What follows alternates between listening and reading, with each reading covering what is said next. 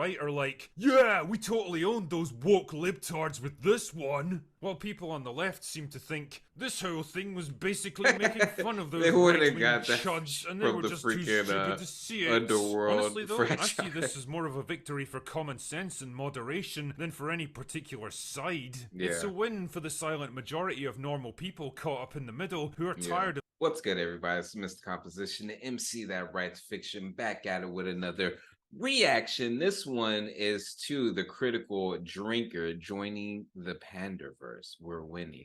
Now, if you're new to the channel, make sure you leave a like, subscribe, notification bells on so you don't miss when I drop a new video. We're on the road to 5K, so I appreciate y'all support in this YouTube content creator journey of mine. But let's go ahead and dive into this. Let's see what the critical drinker is talking about. You know, the older I get, the more I realize that life really is a matter of perspective. I mean, if you think you've been having a bad week, if you're feeling overwhelmed by failure, you know, the older I get, the more I realize that life really is a matter of perspective. I Yeah. mean, if you think you've been having a bad week, if you're feeling overwhelmed by failures, worries, or embarrassing mockery from the people around you, then Wow. just keep in mind that it could always be worse. For example, you could be Bob Iger or Kathleen Kennedy. Yeah. It's no secret that people like them have come in for a fair bit of criticism over the years for their embarrassing mismanagement of the brands and studios under their control, their shameless pandering to And it's so bad. Like, dang, it's getting to a point where it's like when we see it, we're just all like, who is this really for? It's just all like, let's just say that this argument of like you're not even listening to the fans, this notion of forget what they're saying, even though we're the ones who made these company this money, and why they're able to last this long. Screw us, right? If you're not even trying to, you're doing you're destroying the things that we love, and for what? So yeah. to identity politics and their gradual alienation of Oh, their own goodness customers. gracious. But most of that criticism has been confined to social media and YouTube. It's not very often that mainstream outlets, much less people in their own industry, felt brave enough to call them out. All of that changed a few days ago, though, with the release of Joining the Panderverse, I a need South to Park see that. special that tackles issues like Disney's token diversity pandering, fan backlash, the lazy overuse of multiverses as a plot device, and even AI Gotta in see the way that. that only Trey Parker and Matt Stone possibly can. And holy shit, did it ignite a firestorm online. Other people have reviewed the episode far better than I can, so I'll skip the detailed plot synopsis, and I absolutely won't be using video because they seem to be clamping down hard on that shit for some reason. But the Damn. basic gist is that Cartman gets transported into another universe where he and his friends are all played by strong, diverse women of various races. Meanwhile, the Cartman from that universe gets transported into our world with much hilarity, especially from PC Principal, who tries to gaslight the other boys into believing there's nothing weird about someone they've known their whole lives suddenly showing up as a completely different race and gender. It's a perfect satire on the tired old, it's no big deal, why'd you have a problem with it, bro, argument, and it's neatly countered. Yeah, and it's because it's just all like in a way that some of these movies and these legacy titles are doing, it's just all like, wait, what? And it's not even making an actual good story. It's just race swap and then throw in a bunch of these woke talking points, and then it's just all like, uh-huh. Why? By the boys pointing out that they've got no issue whatsoever with a character like Miles Morales, who was created with his own unique personality and backstory, instead of just being a lazy race swap of an existing character, hammering home the simple but often misunderstood point that well-written characters who happen to be diverse are a perfectly good thing that no reasonable person can object to, whereas diverse characters created for the sole purpose of being diverse are not. There's also a neat little subplot about all the handymen in South Park becoming Cartman insanely rich because everyone else invested their time and money in useless college degrees to the point where they can't actually fix or do anything for themselves now, and their jobs are all being slowly replaced by I gotta AI. see this Again, a nice episode. satire of the current state of modern culture, where people are racking up insane debts to get degrees they don't really need for jobs that are becoming I obsolete seen that anyway. clip. But the real meat of the episode is the storyline between Cartman and Kathleen Kennedy, where we find out that Cartman's constant complaining about Star Wars eventually caused her to turn to the Panderstone, a magical device that allowed Disney to keep making the same shit movies over and over for decades, but still be massively successful. Again, a pretty biting observation about the real Disney. Although, let's be honest here, I think Marvel were the biggest beneficiary out of that one. The more Kennedy relied on the Panderstone rather than doing actual creative work to make good movies, the more it became corrupted and eventually opened a portal to another universe, allowing that evil... one shot alone is just freaking hilarious. I'm guessing he's supposed to be turning into her, but he's just coming out of this portal like, oh, and he's got these heels and this makeup, and he just...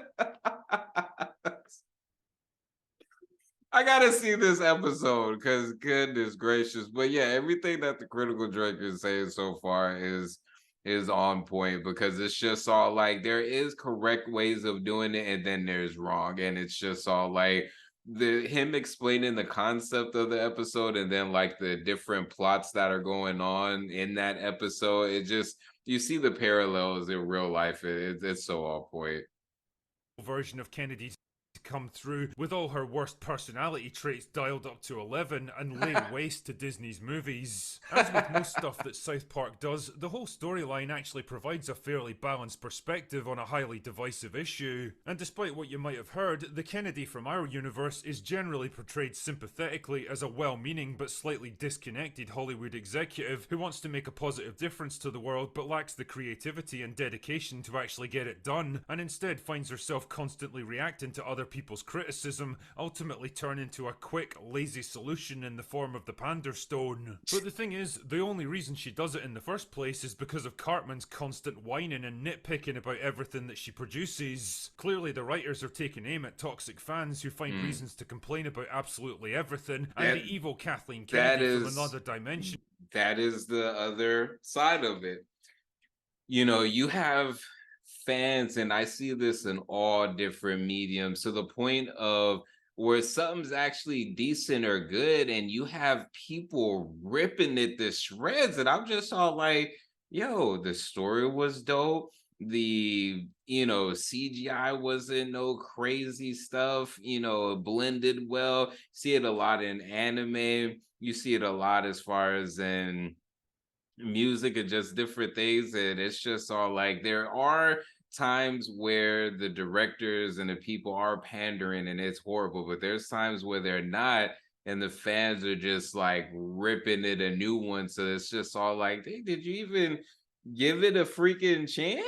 And there's some people who give it a chance and they have really legit critiques, because it is full of, you could tell when the director or the writer hates the fan base. You can definitely tell. But when that's not the case and they're genuinely trying to make something dope, you see almost the same levels, if not more, of a toxic fan base. It's very interesting, like the dynamics this stuff creates, like is a on pretty both smart ends. parody of the monstrous franchise devouring being that a lot of people have created in their minds that probably has little or no connection to the mundane reality of the real Kathleen Kennedy. And to be honest, I'm perfectly fine with that. Believe it or not, it's possible to acknowledge that there's a lot of assholes out there who are basically impossible to please, but also that lazy appeals to social justice and identity politics isn't going to silence them. If anything, it's just going to give them more ammunition to criticize you with. Like I say, it's a classic example of South Park's ability to present both sides of an argument fairly, make fun of the most extreme and ridiculous elements, and suggest that maybe, just maybe, there's a sensible middle ground to be found. Screaming woke at everything with even a hint of diversity or progressive ideas is just as dumb and unproductive as trying to race and gender swap every single character in sight. What's interesting though is the reaction to to what was actually a pretty fair and balanced episode, with both sides of the culture war instantly claiming it as their own. People on the right are like, yeah, we totally owned those woke libtards with this one. While people on the left seem to think this whole thing was basically making fun of those right-wing chuds, and they were just too stupid to see it. Underworld Honestly though, franchise. I see this as more of a victory for common sense and moderation than for any particular side. It's a win for the silent majority of normal people caught up in the middle who are tired of this endless culture war bullshit and just want some decent entertainment.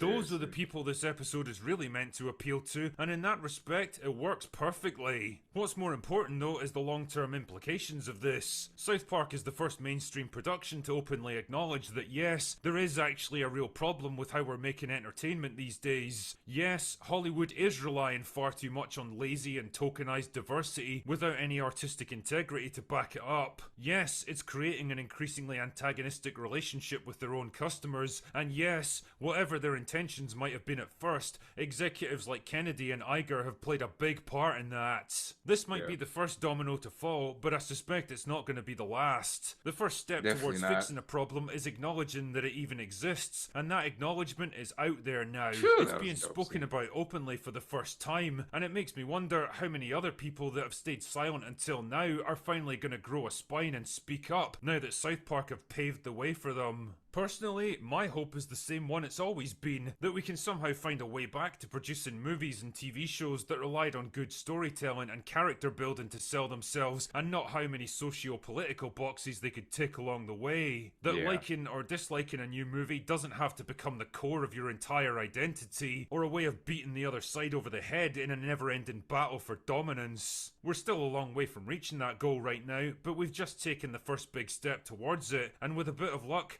the next ones might just be a little easier. Okay. Anyway, that's all I've got for today.